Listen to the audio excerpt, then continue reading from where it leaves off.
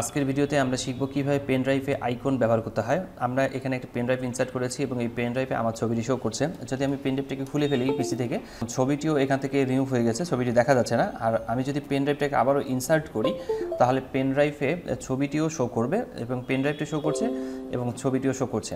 তো পেন ড্রাইভে এভাবে কীভাবে ছবি দিতে হয় চলুন দেখে নেওয়া যাক। আমি পেন ড্রাইভটাকে প্রথমে সিলেক্ট করে ফরম্যাট লেখা দিয়ে ক্লিক করে আমি ফরম্যাট দিয়ে নিচ্ছি।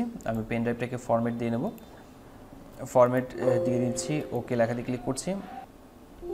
তো এখন কিন্তু ফরম্যাট দেওয়ার পর এখন ছবিটি এখানে আইকনটি চলে গেছে, আমাদের যে ছবিটি আমরা আইকন করেছিলাম সেই আইকনটি এখান থেকে চলে গেছে। এখন আমি এটাকে মিনিমাইজ করে রাখছি। তো ডেস্কটপে আমাদের এখানে ছবি আছে, ডেস্কটপে আমার ছবিটি আছে, এই ছবিটাকে আমি পেন ড্রাইভে আইকন হিসেবে ব্যবহার করতে চাই।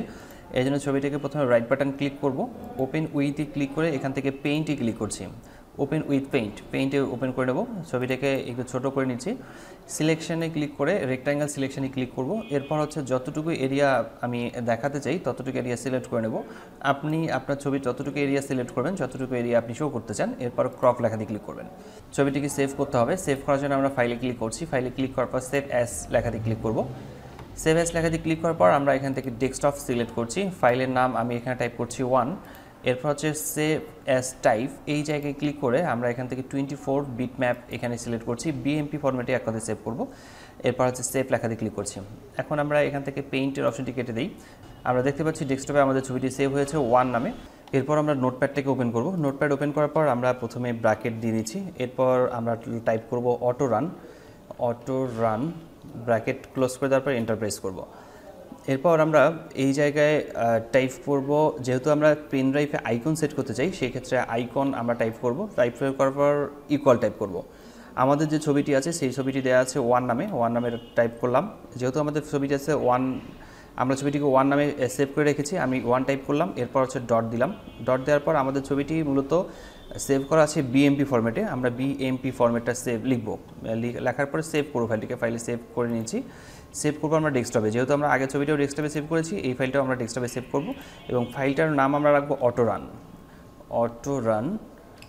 রান ডট দেওয়ার পর ইনফো দিব, আইএনএফ লিখব। লেখার পর এখান থেকে সেভ অ্যাজ টাইপ আমরা অল করে নিচ্ছি, তাহলে আমরা সবগুলো দেখতে পারবো। এরপর আমরা সেভ লেখা দিয়ে ক্লিক করছি, সেভ লেখা দিয়ে ক্লিক করার পর আমরা এটা কেটে দেবো। আমরা ডেস্কটপে এখন দেখতে পাচ্ছি যে আমাদের ছবিটি আছে এবং অটো রানের যে ফাইলটি তৈরি করেছিলাম সেই ফাইলটিও আছে। এই দুটিকে সিলেক্ট করে আমরা কপি করে নিচ্ছি। কপি করে নেওয়ার পর আমরা মাই কম্পিউটার ওপেন করে নেব।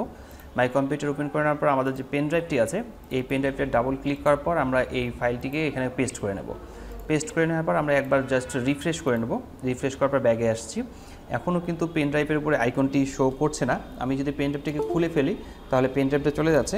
আবার যদি পেন ড্রাইভটাকে আমি এখানে ইনসার্ট করি, পেন ড্রাইভটাকে আমি যখনই ইনসার্ট করব তখনই এখানে ছবিটি শো করবে। আমি যদি পেন ড্রাইভটাকে আবারও খুলে ফেলি আমি দেখব যে ছবিটি এখান থেকে চলে গেছে। আবারও যদি আমি পেন ড্রাইভটাকে এখানে ইনসার্ট করি তাহলে পেন ড্রাইভে আইকনটি শো করবে, ছবির আইকনটি শো করবে। তো ঠিক এভাবে আমরা খুব সহজেই পেন ড্রাইভের উপর আইকন ব্যবহার করতে পারি, যে কোনো ছবিকে আইকন হিসেবে আমরা ব্যবহার করতে পারি। আশা করি বিষয়টি বুঝতে পেরেছেন। কোথাও সমস্যা হলে কমেন্ট বক্সে কমেন্ট করে জানাতে পারেন, আমি প্রতিটি কমেন্ট রিপ্লাই করি। আজকে টিউটোরিয়ালটি এখানে শেষ করছি, দেখা হচ্ছে নতুন কোনো টিউটোরিয়ালে। ততক্ষণ পর্যন্ত ভালো থাকবেন, সুস্থ থাকবেন। ধন্যবাদ সবাইকে, আল্লাহ হাফেজ।